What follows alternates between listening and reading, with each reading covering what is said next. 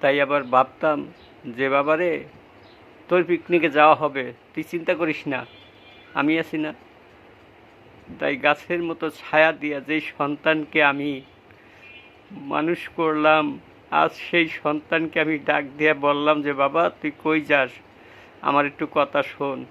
সেই সন্তান আমারে কি বলে জানোস? কয় রাস্তায় বসে তুমি কথা বলো কেন? আমার কি লজ্জা নাই? তুমি এরকম সিরা স্যান্ডেল পাই দিয়েছো কেন? তুমি পুরান কাপড় চোপড় পাই দিয়া তুমি রাস্তার মধ্যে আসছো কেন? তুমি বাসায় বইয়া কথা বলতে পারো না? বাসায় বইয়া কথা বলতে গেলে বউরা কয় যে আপনার পোলা লাগে, কি কথা কইবেন আমাকে ডেকন। এই জন্য পোলাগোর সামনে কইতে পারি না, বউগোর সামনে কথা কইতে পারি না, আইসি রাস্তায় বইয়া কথা কইতে।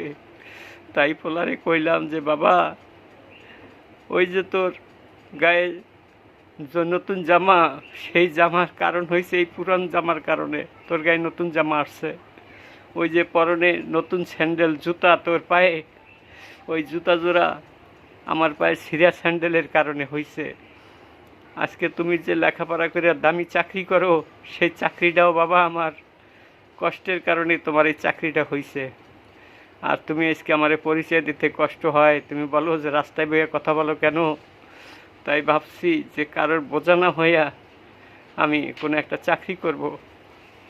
এই জন্য তোরে বিরক্ত করলাম বাপ, পারলে আমাকে একটা ব্যবস্থা করে দে, আমি আর তোর কাকি ঢাকা শহর আবার চাকরি করব। রাখি, আল্লাহ হাফেজ।